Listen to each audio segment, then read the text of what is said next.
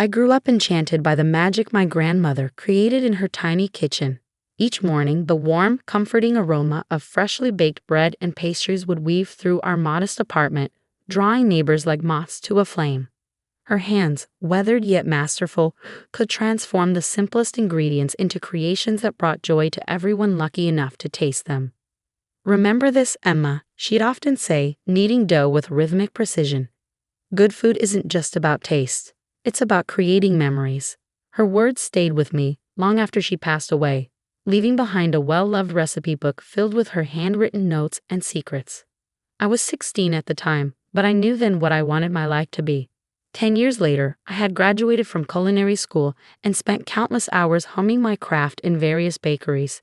Every paycheck went straight into my dream fund, inching me closer to opening my own bakery. The journey wasn't easy. Double shifts left my feet aching, my hands raw. But I never wavered. I had a vision. That's when I met James. It was a rainy Tuesday morning, and he walked into the bakery where I worked, seeking refuge from the downpour. His damp suit and askew tie gave him a disheveled charm. But it was his smile that lit up the room. "Whatever smells so good, I'll take 2, he said, running a hand through his wet hair. I had just pulled my signature lavender honey croissants from the oven. "You're in luck," I said, placing one on a plate. "First one's on the house." He took a bite, his eyes widening in delight. "This is amazing. Please tell me you're not married." I laughed at his boldness. "Is that your way of asking me out?" "Only if it's working," he replied with a grin. It was. James was unlike anyone I'd ever met, kind, supportive, and genuinely interested in my dreams. When I told him about my plans to open my own bakery, he didn't dismiss them as far-fetched like others had. Instead, he asked thoughtful questions and offered encouragement.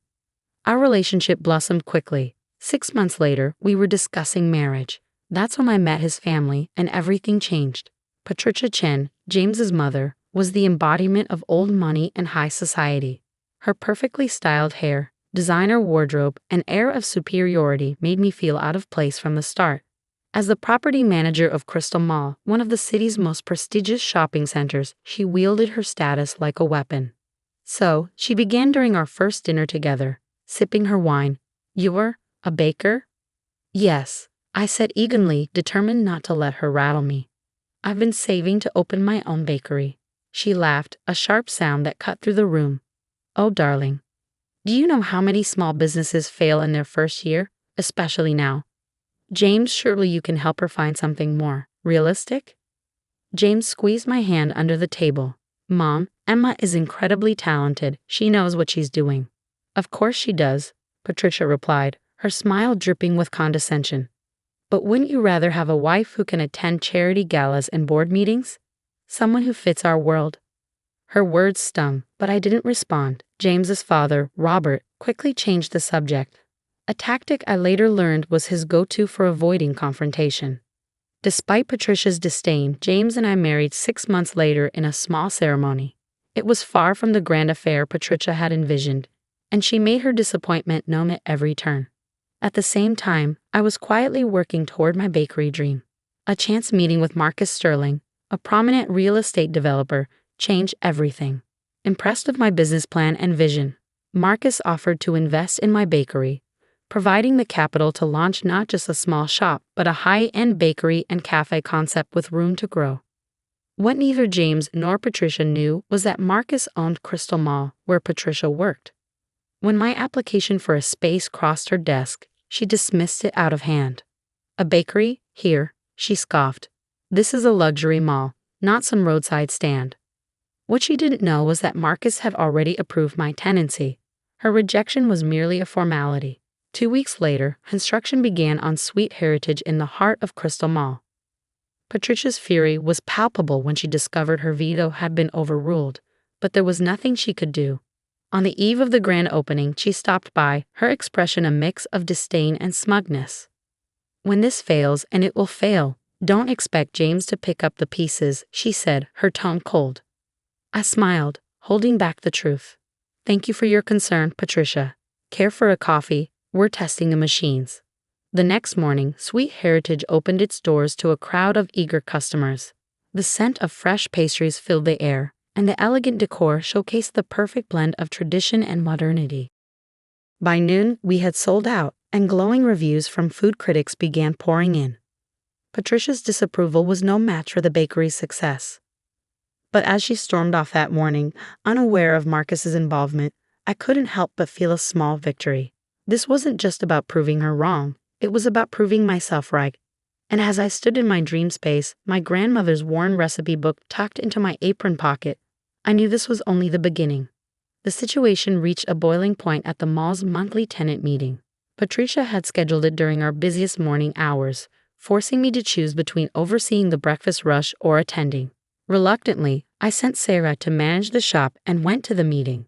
As you can see from these charts, Patricia was saying as I slipped into a seat, foot traffic in the north wing has become problematic. Certain establishments, she paused, her eyes locking on me, air causing congestion that disrupts our more established tenants. The boutique owner next door spoke up immediately. Actually, since Sweet Heritage opened, our sales are up 30%. Their customers shop while they wait for their orders. A ripple of agreement ran through the room. Patricia's face tightened. Well, she tried again. There have been complaints about odors. You mean the smell of fresh bread? Someone interrupted with a chuckle. It's fantastic. My customers say it makes the whole mall feel cozier. And what about Patricia? Marcus's calm but firm voice cut her off. Sitting at the back, the mall's owner had been silently observing. I think we've heard enough. Sweet Heritage has exceeded expectations and boosted mall traffic. Perhaps we should focus on more pressing concerns. Patricia sat down abruptly, her lips pressed thin. After the meeting, she cornered me in the hallway. I don't know how you fooled everyone, she hissed, but this won't last. You're not good enough for this mall, or for my son. Mom, James's voice startled her. He'd arrived to meet me for lunch. Patricia immediately softened. James, darling. I was just expressing concern about the stress Emma must be under, running a business like this. Surely you prefer her to have more time for family. The only stress I feel, I said evenly, comes from your constant interference. How dare you? Patricia snapped. I'm only thinking of my son's happiness. No, James interjected, his tone sharp. You're thinking of yourself. Emma has built something incredible. Why can't you just support her? Patricia's eyes glistened with well-timed tears. I see she's turned you against me. What kind of woman drives a wedge between a mother and her son? The kind who's transforming your entire mall, Marcus said, approaching. Patricia, my office. Now. We watched them walk away. James shook his head. I'm so sorry, Emma. I didn't know she was being this awful. It's not your fault, I said, though a part of me wished he'd seen it sooner. Before I could say more, Sarah rushed up, breathless. Emma, the food critic's review is live. The review was everything we'd hoped for, glowing praise for our innovative recipes, warm atmosphere, and excellent service. By evening, our shop was busier than ever, with new customers and even a few well-known food bloggers. Patricia didn't show up at the mall for several days. Gossip hinted at lengthy meetings with Marcus. I kept quiet, waiting for the right moment. That moment came Sunday evening at a family dinner Patricia insisted on hosting. To discuss some changes, she said cryptically. The meal was tense. Patricia picked at her food while Robert made awkward small talk. Finally, she cleared her throat. There have been developments at work, she began. James frowned. What's going on? Mr. Sterling is making organizational changes, she said, her voice tight. He's bringing in a new property manager, someone with fresh perspectives. What? James exclaimed. But you've managed Crystal Mall for years. Apparently, Patricia said bitterly, someone has convinced him otherwise. Someone, whoa. Saw potential for something better, I said softly. All eyes turned to me. What do you mean? Robert asked. I took a steadying breath. Before I opened Sweet Heritage, I met Marcus at a seminar. He saw potential in my ideas, not just for a bakery, but for modernizing retail spaces. Patricia let out a sharp laugh. You? A baker with grand ideas? Yes, I said, sliding a folder across the table. These are proposals I've worked on with Marcus for over a year. Ideas for transforming Crystal Mall into a modern destination. James opened the folder, his eyes widening. Community spaces, seasonal festivals. Emma, this is amazing. Ridiculous, Patricia scoffed. Marcus would never. I already have, Marcus said, stepping into the room. Patricia's face drained of color. Mr. Sterling. I didn't. Emma owns 51% of Sterling Retail Properties Mall division, including Crystal Mall, Marcus announced. The room erupted. Patricia looked stunned. Robert choked on his wine. It's impossible. Patricia sputtered. Emma has raised mall revenues by 40% in 1 year, Marcus said. Her strategies are reshaping retail. Patricia whispered. Are you taking my job? No, I said firmly. You're being promoted. Regional Operations Director for our expansion. Assuming, I added, you can work professionally with me. Patricia's shock slowly gave way to grudging acceptance. I may have misjudged you. You definitely did, I replied. The question is, what will you do now? As we left, James squeezed my hand. I should have stood up for you sooner. Yes, I said, smiling. But what matters is what comes next. As we drove home, a quiet reflection settled over me. Patricia had been humbled, but questions lingered in my mind. Could her newfound acceptance of me endure beyond the reach of circumstance? Would it mean more or less, because it had been spurred by necessity rather than genuine change? The next day heralded fresh challenges. News of the management shifts swept through the mall, transforming my daily interactions. Some employees greeted me with respect, others with nervous glances that hinted at their fears about the future. Yet beneath the surface, there was a growing energy, the buzz of something new and promising taking shape. Patricia, meanwhile, had taken a week to process the upheaval.